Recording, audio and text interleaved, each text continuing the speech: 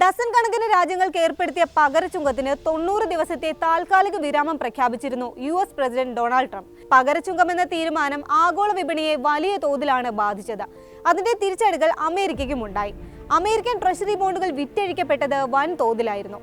പകരച്ചുങ്കത്തിന് ഇടവേള വന്നിട്ടുണ്ടെങ്കിലും തുടരുന്ന മറ്റൊരു കാര്യമുണ്ട്: ചൈനയുമായുള്ള വ്യാപാര യുദ്ധം. ചൈനീസ് ഇറക്കുമതിക്ക് മേൽ 145% തീരുവയാണ് ട്രംപ് ഏർപ്പെടുത്തിയിരിക്കുന്നത്. പകരമായി ചൈന 125% ചുമത്തിയിട്ടുണ്ട്. ലോകത്തെ രണ്ട് വൻ സാമ്പത്തിക ശക്തികൾ ഏർപ്പെട്ടിരിക്കുന്ന ഈ വ്യാപാര യുദ്ധത്തിന്റെ പരിണതി എന്താകും? ആർക്കാകും നഷ്ടം? യുഎസും ചൈനയും തമ്മിലെ പിരിമുറുക്കങ്ങൾ വർദ്ധിച്ചു വരുമ്പോഴും ഇരുവരും പ്രധാനപ്പെട്ട വ്യാപാര പങ്കാളികളായി തുടരുകയാണ്. യുഎസ് ട്രേഡ് റെപ്രസെന്റേറ്റീവ് ഓഫീസിൽ നിന്നുള്ള ഡാറ്റ അനുസരിച്ച് യുഎസും ചൈനയും തമ്മിലെ 2024 മൊത്തം ചരക്ക് വ്യാപാരം 50 ലക്ഷം കോടി രൂപയുടേതാണ്. 12 ലക്ഷം കോടി രൂപയുടെ ചരക്കുകളാണ് അമേരിക്ക ചൈനയിലേക്ക് കയറ്റി അയക്കുന്നത്. മറുഭാഗത്ത് ചൈന കയറ്റി അയക്കുന്നത് 37 ലക്ഷം കോടിയുടെ ചരക്കാണ്. അതായത് അമേരിക്കയുടെ വ്യാപാര കമ്മി 25 ലക്ഷം കോടി രൂപ എന്ന് ചുരുക്കം. 2023 അപേക്ഷിച്ച് 5.8% വർധനമാണിത്. അമേരിക്കയുടെ മൂന്നാമത്തെ ഏറ്റവും വലിയ വ്യാപാര പങ്കാളിയാണ് ചൈന. അമേരിക്കയിലേക്ക് കഴിഞ്ഞ വർഷം ഇറക്കുമതി ചെയ്യപ്പെട്ട ചരക്കുകളിൽ 13.3% ചൈനയിൽ നിന്നായിരുന്നു. ഇലക്ട്രോണിക് ഉപകരണങ്ങൾക്കായി അമേരിക്ക കൂടുതലും ആശ്രയിക്കുന്നത് ചൈനയാണ്. അടുത്തിടെ സ്മാർട്ട് ഫോൺ ഉൾപ്പെടെയുള്ളവയെ ഇറക്കുമതി തീരുവയിൽ നിന്ന് ഒഴിവാക്കിയത് അതിന്റെ ഭാഗമായി കൂടിയായിരുന്നു. ഐഫോൺ പോലെയുള്ളവയുടെ 90% ഇറക്കുമതിയും ചൈനയിൽ നിന്നായിരിക്കെ അവയുടെ വില 3 ഇരട്ടിയിലധികം വർദ്ധിക്കുന്ന സാഹചര്യമായിരുന്നു അമേരിക്കയിൽ ഉണ്ടായിരുന്നത്. അതിനെ ചെറുക്കാനായിരുന്നു ട്രംപിന്റെ ആ നീക്കം. 2022 ചൈനയിൽ നിന്നുള്ള യുഎസ് ഇറക്കുമതിയുടെ 46.4% മെക്കാനിക്കൽ ഉപകരണങ്ങളായിരുന്നു. അമേരിക്കയുടെ വ്യാപാര കമ്മി കുറയ്ക്കാനും വിദേശ ഉൽപ്പാദനം യുഎസിലേക്ക് തിരികെ കൊണ്ടുവരാനും തീരുവ കൂട്ടണമെന്ന നിലപാട് ട്രംപിന് നേരത്തെ തന്നെ ഉണ്ടായിരുന്നു. 1979 ഏകദേശം 20 ദശലക്ഷം അമേരിക്കക്കാർ ഉൽപ്പാദന മേഖലയിൽ പ്രവർത്തിച്ചിരുന്നു. എങ്കിൽ ഇന്ന് അത് 12.5 ദശലക്ഷത്തിലേക്ക് കുറഞ്ഞിട്ടുണ്ട്. ഈ കണക്കുകളാണ് ട്രംപ് തന്റെ തീരുമാനങ്ങളെ ന്യായീകരിക്കാനായി ചൂണ്ടിക്കാട്ടുന്നത്.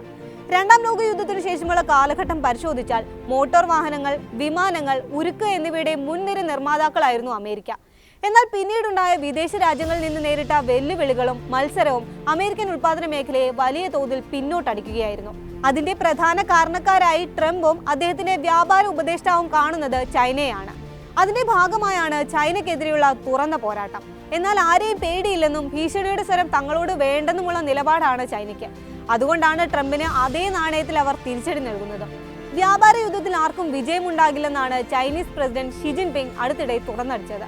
ട്രംപിന്റെ നീക്കങ്ങളിൽ ചൈന വീണ്ടും നേട്ടങ്ങൾ ഉണ്ടാക്കുകയാണെന്നാണ് സാമ്പത്തിക വിദഗ്ധർ ചൂണ്ടിക്കാട്ടുന്നത്. ചൈനയുടെ ഉൽപ്പാദന മേഖലയിലെ ആധിപത്യം അത്ര വേഗം തകർക്കാൻ കഴിയുന്നതല്ലെന്നും വിലയിരുത്തലുകളുണ്ട്. സമീപ ദശകങ്ങളിൽ ചൈന അതിശയിപ്പിക്കുന്ന ലോജിസ്റ്റിക്സ് ഇൻഫ്രാസ്ട്രക്ചർ നെറ്റ്വർക്കാണ് ഉണ്ടാക്കിയെടുത്തിട്ടുള്ളതെന്നാണ് വിദഗ്ധരുടെ അഭിപ്രായം.